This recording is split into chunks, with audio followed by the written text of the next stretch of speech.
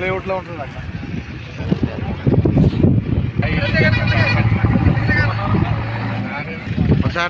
Logo పెట్టాయి.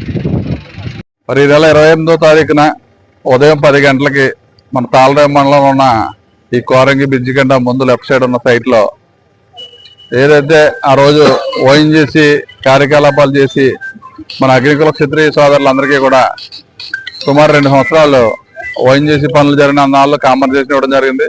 మరి ఎన్నికల ముందు మా దృష్టికి మన మత్స్యకారులైనటువంటి అందరూ కూడా తప్పనిసరిగా ఇంకా వర్క్ జరుగుతుంది కాబట్టి మాకు డబ్బులు ఇప్పించాలని చెప్పి ఆ రోజు అడగడం జరిగింది. అదేవిధంగా చంద్రబాబు నాయుడు గారి దృష్టికి తీసుకెళ్లి తప్పనిసరిగా ఏదైతే వర్క్ జరుగుతుందో ఆ వర్క్ కంప్లీషన్ అయ్యే వరకు లాస్ట్ రోజు వరకు కూడా డబ్బులు ఇస్తాను హామీ ఇచ్చాం. దాని నిమిత్తం సుమారు 6 నెలలు 5 నెలలు 17 రోజుల దాకా వర్క్ జరిగింది.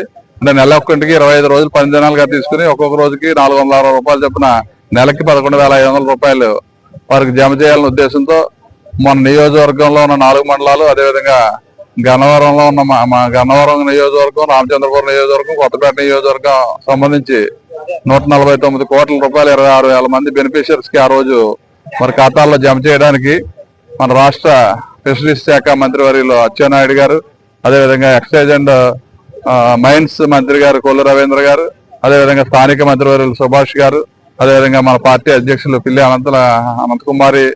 అనంతకుమార్ గారు, రెడ్డి అనంతకుమార్ గారు, అదేవిధంగా స్థానిక ఎంపీ గారు మన హరీష్ గారు, అదేవిధంగా జిల్లాలో ఉన్న ఎమ్మెల్యేలు అందరూ కొండబాబు గారితో సహా అందరూ కూడా ఈ వేదికను ఆశీర్వాదాలు అవుతున్నారు. తప్పనిసరిగా ఏదైతే బెనిఫిషియర్స్ ఉన్నారో అందరూ కూడా మరి ఈ కార్యక్రమానికి వచ్చి దాన్ని విజయవంతం చేయాలనే ఉద్దేశంతో ఈ రోజు తాళరేవు మండలం ఈ సైట్ కూడా శంకుస్థాపన చేసి పనులు ప్రారంభించాం.